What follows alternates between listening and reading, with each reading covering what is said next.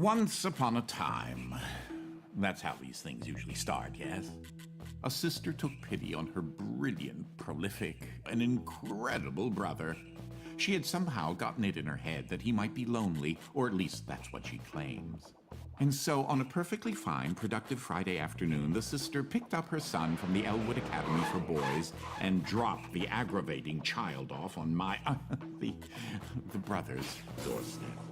Now the boy had visited Quadrangle Manor on a few occasions. Each time was complete with a grand entrance from the brother, who was in fact a professor and inventor with a profound and soaring intellect. With each visit, the inventions he exhibited became more slick and cutting edge. The boy eagerly awaited the revealing of the professor's latest contrivance, but this, the most captivating of visits, started a bit differently.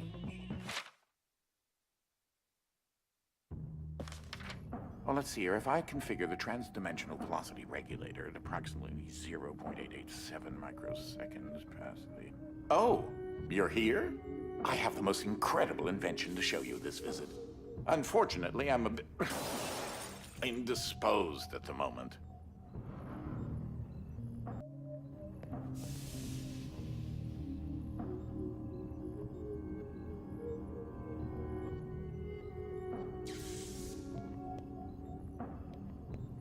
If you take your luggage into the foyer, I will join you as soon as I can.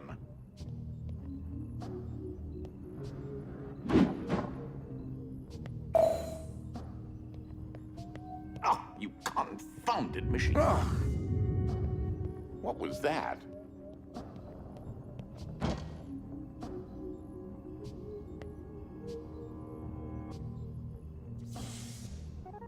Oh, good. That should be a safety release for the door up there somewhere. Now, where on earth did I put that? Wait a minute. Something isn't quite right here. Oh, no, no, no, no, no, no, no, no, no! Ah!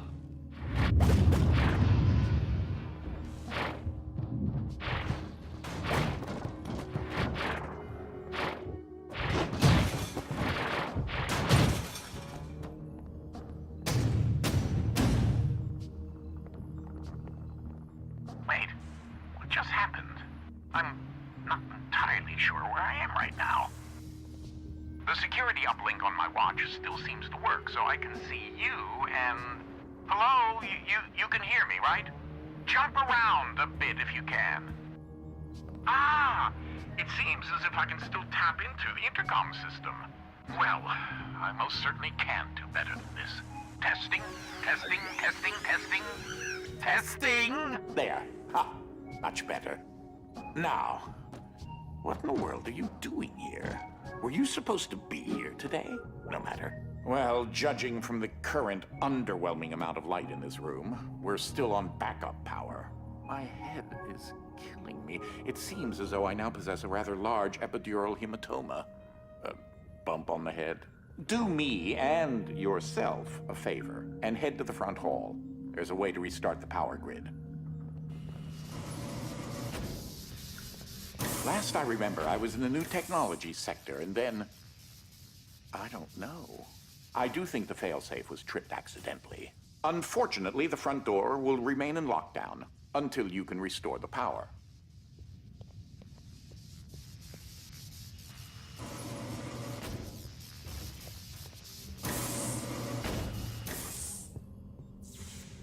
If you head over to my office over on the left, you should be able to restart the manor's power grid.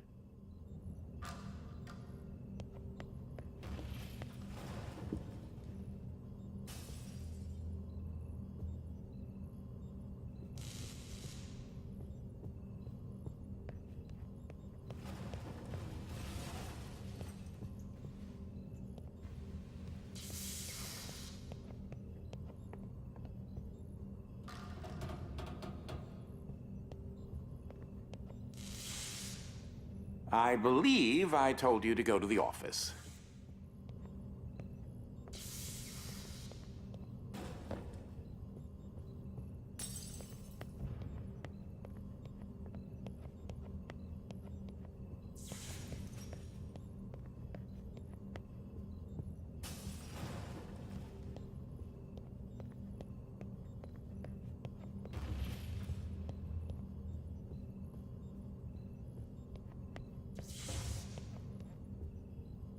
Could you perhaps, I don't know, go to the office?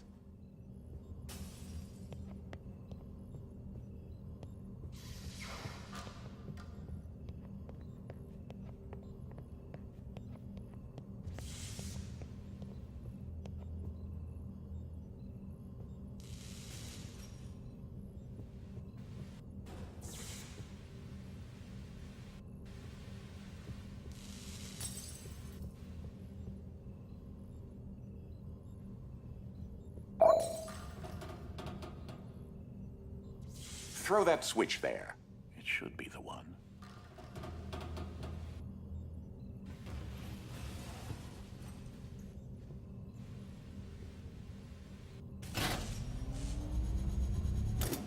Well, that wasn't as effective as I had hoped. You'll have to reactivate the generators in each sector in order to lift the current lockdown. Just, take the glove in the box with you. I wish you could see my facial expression right now, as I am not pleased. What you are holding is an early prototype of the interdimensional shift device, or IDS device for short. It's one piece of my latest invention that should come in handy. Get it? You know, because it's a glove.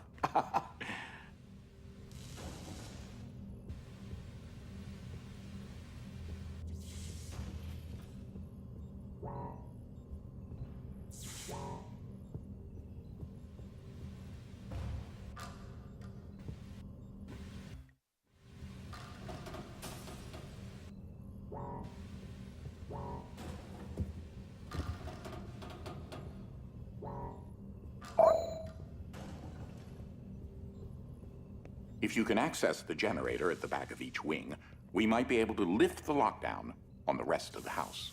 It seems as if the breaker did unlock the blue wing. Well, I suppose you should start there first.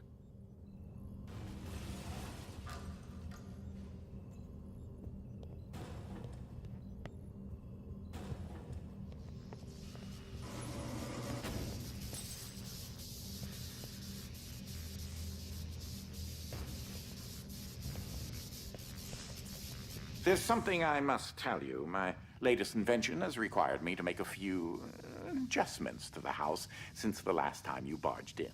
I mean, visited.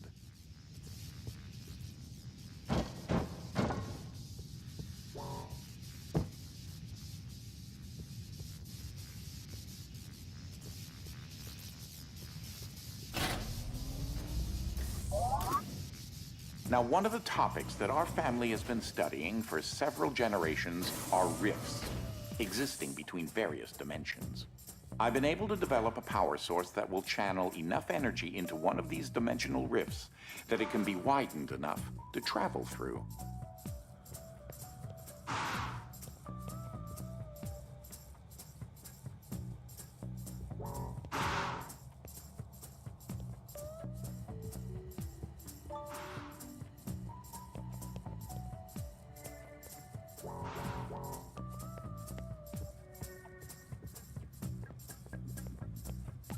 The glove controls the power source, which allows you to travel to whichever dimension has rifts in the area.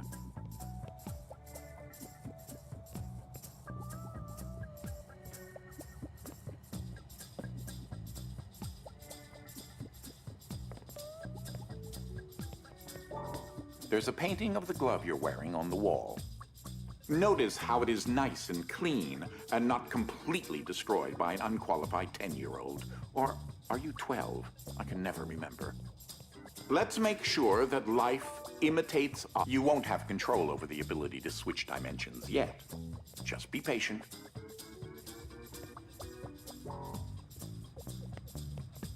This door is using one of my inventions, the repetitive, periodic, articulating gruidae.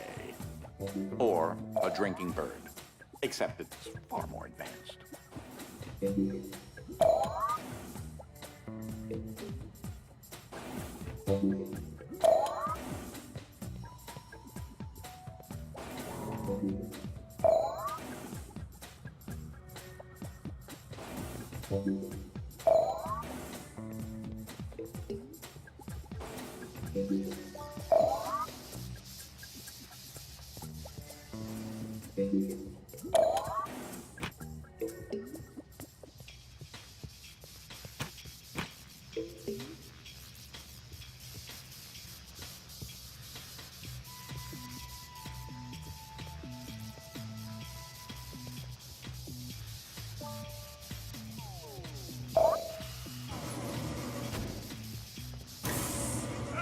Well, because your glove is an early prototype, it has a few limitations in terms of dimension accessibility and the distance it can be from a receptacle in order to function. You'll see what I mean, eventually.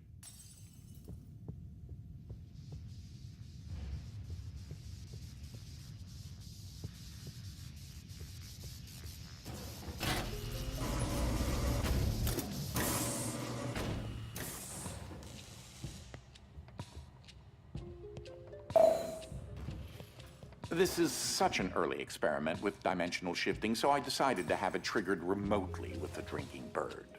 Instead of operating a door, the bird will trigger a dimensional shift. There's an IDS battery in the machine that will power the dimensions, which in this case is Fluffy Dimension. In addition to Fluffy being embarrassingly adorable, it's also rather useful because everything is 10 times lighter than normal.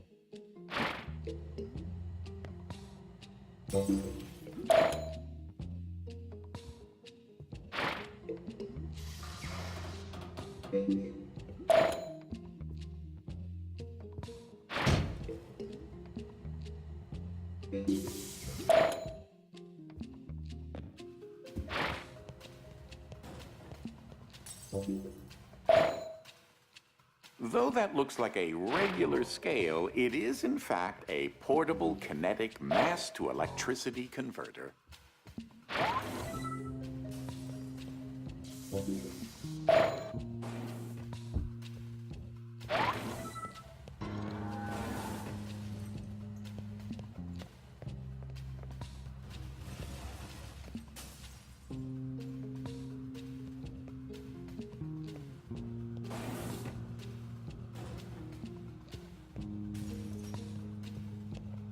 There's that lovely bird again.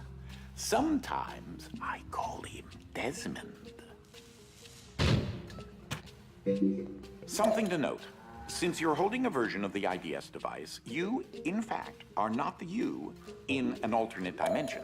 Let me try that again. You remain constant, so no matter the dimension, your mass, shape, speed, and trying personality remain the same.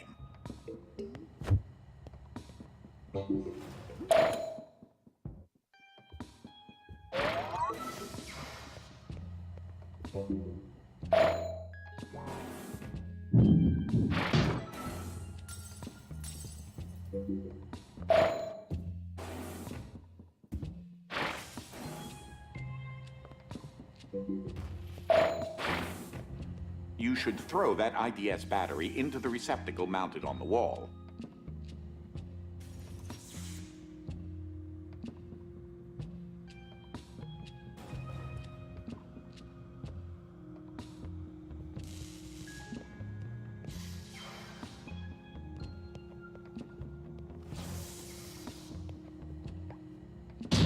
The receptacle is up on the second floor alcove. That receptacle will distribute the power source around the room, allowing you to now use your IDS device to switch dimensions at your leisure.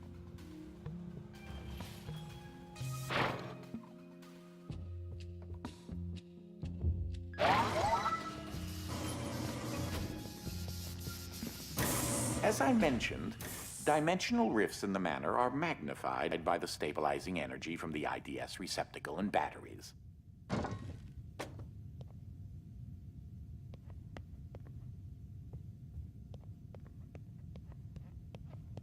This is what enables you to slip between dimensions when you're wearing the IDS glove.